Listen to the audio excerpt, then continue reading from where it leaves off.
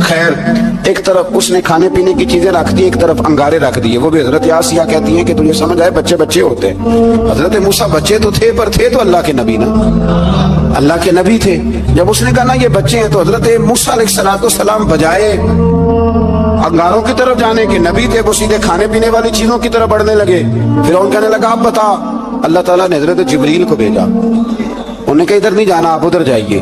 تو آپ آگ کی طرف گئے اور ایک کوئلہ اٹھا کے زبان پہ رکھ لیا. تو آسیہ کہنے لگی سمجھ آئی بچے کو کیا پتا کدھر جانا ہے کدھر نہیں جانا. اگر وہ اتنا ہی خیال ہوتا وہی بچہ ہوتا تو آگ. اور بعد مفسرین نے لکھا ہے یہ جو حضرت موسیٰ دعا مانگتے تھے نا رب اشرح لی صدری ویسر لی امری, یہ وہ آگ کا انگارہ جب کوئلہ منہ میں رکھا تھا نا تو اس کی وجہ سے زبان میں کچھ لکنت آ گئی. تو آپ دعا کرتے تھے کہ یا اللہ میری زبان کی وہ بند گرا کھول دے تاکہ میں کھول کے فرعون کے سامنے بات کر سکوں. وہیں حضرت موسیٰ پلنے لگے, وہیں پلے, وہیں جوان ہوئے, وہیں اللہ نے ساری دولتیں دی, بہن بھی ملی ماں بھی ملی اور سارے عزیزوں کا پیار بھی ملا. اسی گھر کے اندر اللہ نے پرورش کر کے فرعون کے ظلم سے بنی اسرائیل کو نجات عطا فرمائی. موسیٰ بھی فرعون کے گھر میں پلنے لگے اور جب جوان ہو گئے تو فرعون کے ہاں جو ظلم ہوتا تھا حضرت موسیٰ اس پر بول پڑتے تھے, جلال فرماتے. تو فرعون پھر ناراض رہنے لگا یہاں تک کہ اس نے آپ کو نکال دیا, آپ تشریف لے گئے وہاں سے. تو حضرت موسیٰ ایک دن شام کے وقت دوبارہ آئے بستی میں, لوگ سوئے ہوئے تھے. تو دو آدمی, ایک بنی اسرائیل میں سے اور ایک فرعون کی اپنی قوم میں سے, وہ دونوں آپس میں جھگڑ رہے تھے. لیکن وہ جو حضرت موسیٰ کی بنی اسرائیل کی قوم کا شخص تھا اس پر وہ قبطی, وہ جو فرعون کے قریبی لوگوں میں سے تھا, وہ ظلم کر رہا تھا اور بودھ اٹھانے کی بات کر رہا تھا. اب اس نے حضرت موسیٰ کو پکارا کہ دیکھے میرے ساتھ کس طرح کی بات کر رہا ہے. تو حضرت موسیٰ کا ارادہ بھی نہیں تھا, آپ نے بس اس کو سمجھایا. اگر کچھ لوگوں کو سمجھ تو حضرت موسیٰ نے پھر ایک مکہ مارا, ایک گھونسا مارا, صرف ایک ہی. یہ کئی تگڑے اور دلیر اس طرح کے بھی ہوتے ہیں کہ گھونسا ایک بھی برداشت نہیں کرتے. وہ ایک مارا, آدمی دھڑام سے زمین پہ گرا, ماری گیا. حضرت موسیٰ کا ارادہ نہیں تھا لیکن وہ مر گیا. حضرت موسیٰ علیہ السلام نے اس بات پر اپنے رب سے استغفار بھی فرمائی. قرآن کہتا ہے کہ انہوں نے معافی چاہی کہ اللہ میرا ارادہ نہیں تھا. بہرحال اگلے دن نا حضرت موسیٰ دوبارہ آئے.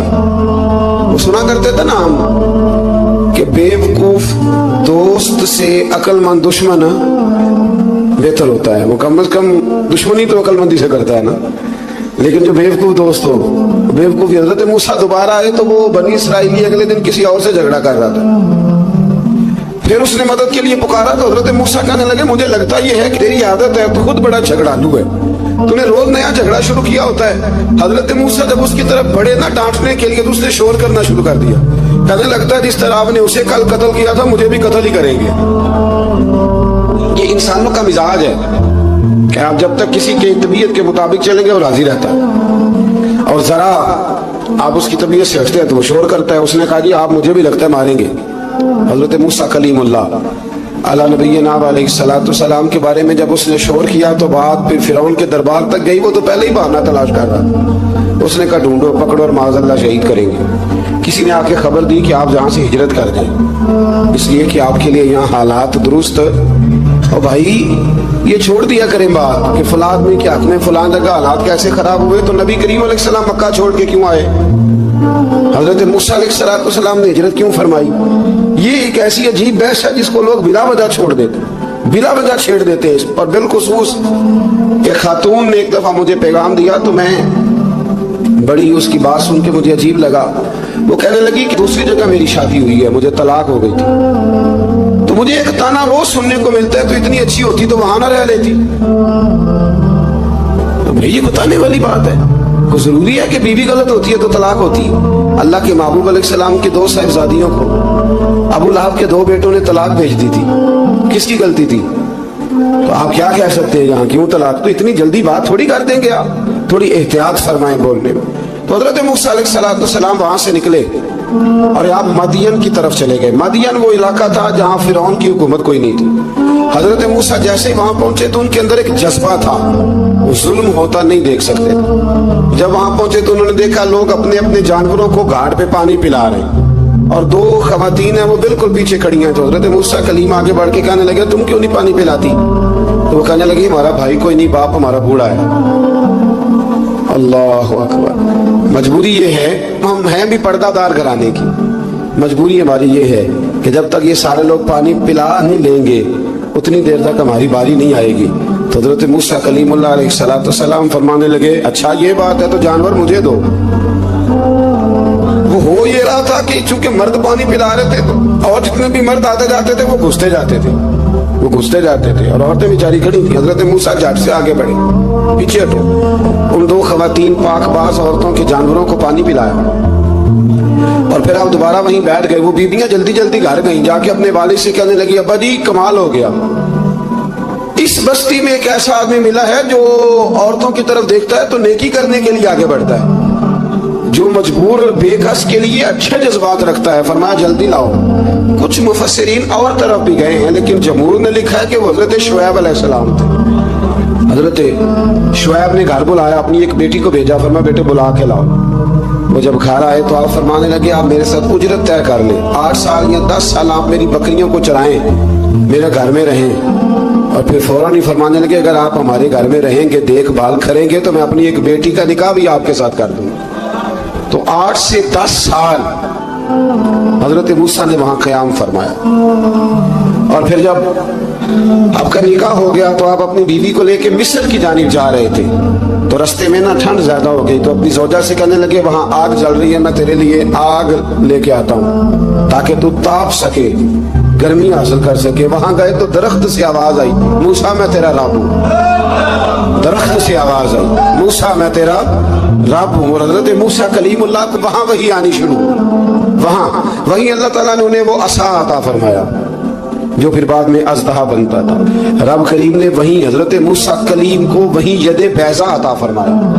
اپنا ہاتھ گریبان میں ڈال کے نکالتے تھے تو چاند اور سورج کی طرح روشنی دیا کرتا.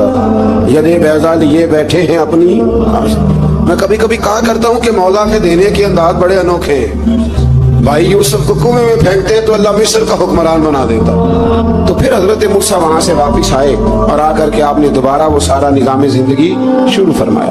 موسیٰ علیہ السلام نے ان کو دعوت حق دی اور کہا کہ میں تمہارے پاس واضح نشانیاں لایا ہوں، بنی اسرائیل کو میرے ساتھ بھیج دو. فرعون نے معجزات پیش کرنے کے لیے کہا تو حضرت موسیٰ علیہ السلام نے اپنا عصا زمین پہ ڈالا، اپنا عصا اپنی چھڑی اپنا ڈنڈا زمین پہ ڈالا تو وہ ایک واضح اژدہا بن گیا. پھر حضرت سیدنا موسیٰ علیہ السلام نے اپنا ہاتھ گریبان سے نکالا تو وہ دیکھنے والوں کے لیے روشن ہو گیا، ہاتھ کے اندر نور پیدا ہو گیا. ید بیضا لیے بیٹھے ہیں اپنی آستینوں میں. فرعون کے سرداروں نے حق کو قبول کرنے کی بجائے اسے جادو قرار دے دیا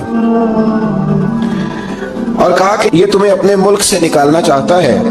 انہوں نے کہا اس معاملے کو ذرا ڈھیل دو اور جادوگروں کو جمع کرو. جادوگر آئے، انہوں نے فرعون سے کہا کہ ہم حضرت موسیٰ کے مقابلے میں جادو تو دکھائیں گے معاذ اللہ، لیکن اگر ہم غالب آ گئے تو پھر ہمارا انعام کیا ہوگا؟ سودا پہلے طے کر رہے ہیں، کیا انعام ملے گا؟ اس نے کہا کہ اگر تم غالب آ گئے تو میں تمہیں اپنا قریبی بنا لوں گا. بادشاہوں کا قریبی ہونا بھی تو بڑی بات ہے نا، لوگ بڑے پاپڑ بیلتے ہیں قریبی ہونے کے لیے. اور یہ جو قریبی ہوتے ہیں نا، بالخصوص جو بادشاہوں کے قریبی ہوتے ہیں، بادشاہوں کی تباہی کا سبب بھی یہی لوگ ہی بنتے ہیں. یہ ان کو روز خبر دیتے ہیں کہ سب اچھا ہے، سب اچھا ہے. اور دنیا کے زیادہ تر حکمران انہی لوگوں کی وجہ سے تباہ ہوتے ہیں کیونکہ ان کا خود عوام سے رابطہ نہیں رہتا. اگر وہ خود عوام کے ساتھ ڈائریکٹ رابطہ کریں تو شاید انہیں اچھی اور صاف ستھری چیزیں سمجھنے کو مل جائیں. خیر، جادوگروں نے جب کہا ہمیں کیا دو گے تو اس نے کہا تمہیں قریبی بنا لوں گا. جادوگروں نے موسیٰ علیہ السلام سے کہا کہ آپ پہل کریں گے یا ہم پہل کریں؟